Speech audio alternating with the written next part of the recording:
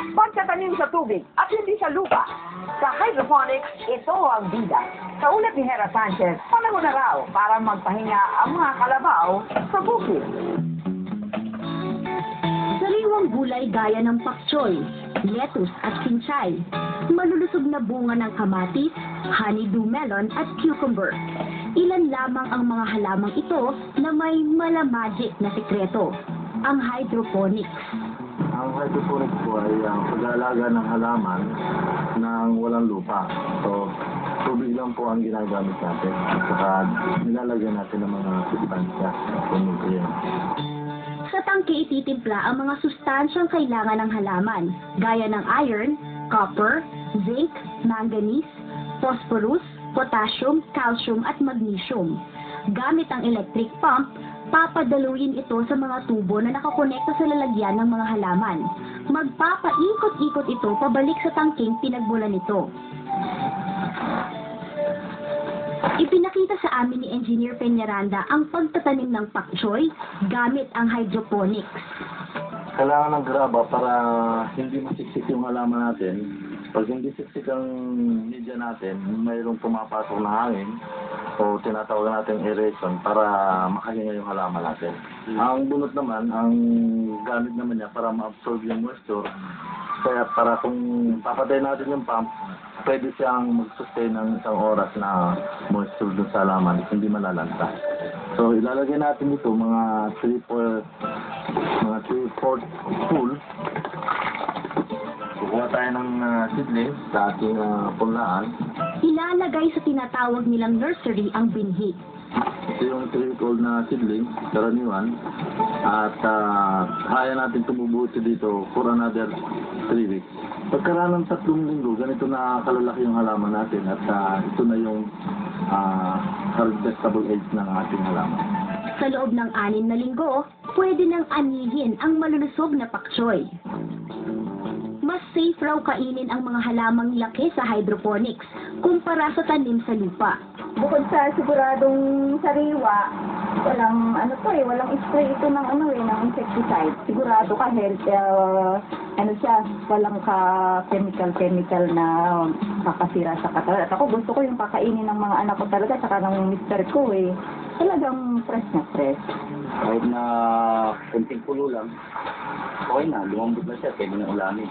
Maganda pong klase ang napoproduce natin dahil kompleto sa sustansya ang binibigyan natin sa tayo sa halaman. Pangalawa po, yung hindi na natin kailangang disturbuhin ng lupa o bungkalin ng lupa. Ang konsepto ng hydroponics ay maaari raw ginamit sa isa sa mga 7 wonders of the world, ang Hanging Gardens of Babylon.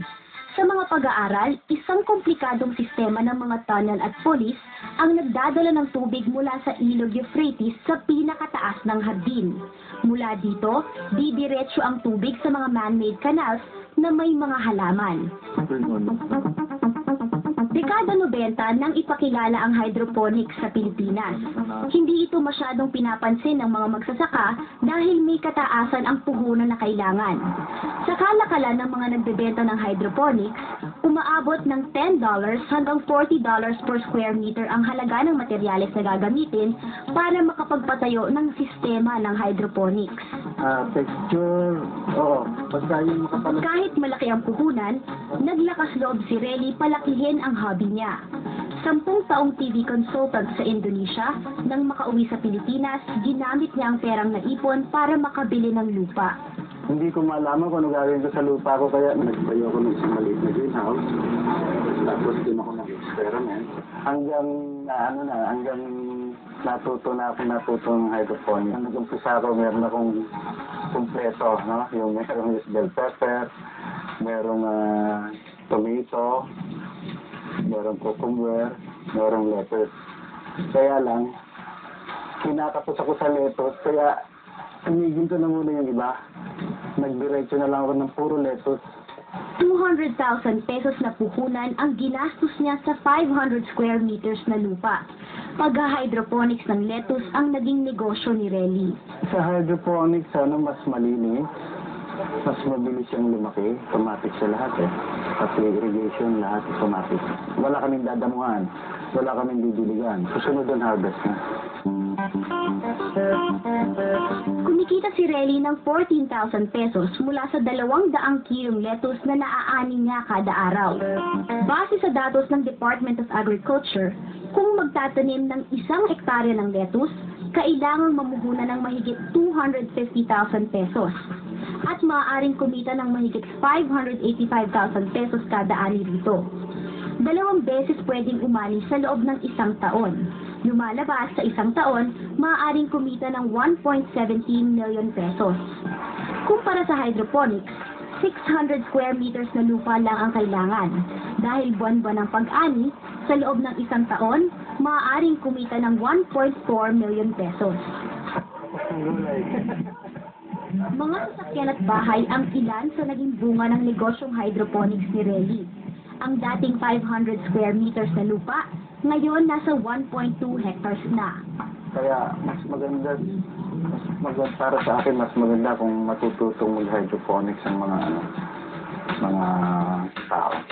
Ang low-cost hydroponics o paggamit ng improvised materials gaya ng kawayan, yero, hollow block at kahoy ang nakikitang alternatibong paraan upang mas lalo pa itong mapakinabangan ng ating mga magsasaka. Ang pinopromote pa rin natin ay yung paggamit ng low-cost hydroponic system na pwede naman palang maging mababa ang investment sa hydroponic system para ang ating mga farmers makapag-adapt ng teknolohiya natin.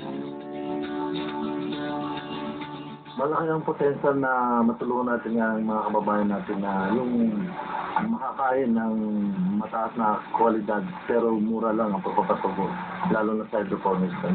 Yung mga kalabaw natin na ginagamit sa pag-aararo, hindi na natin kailangan. Pwede na sila gatato na lang, magpahin na sila at ito na lang ang pwede natin gamitin na pagpapatubo ng Maraming salamat sa inyong patuloy na pagtangkilik sa Pro. Hanggang sa susunod na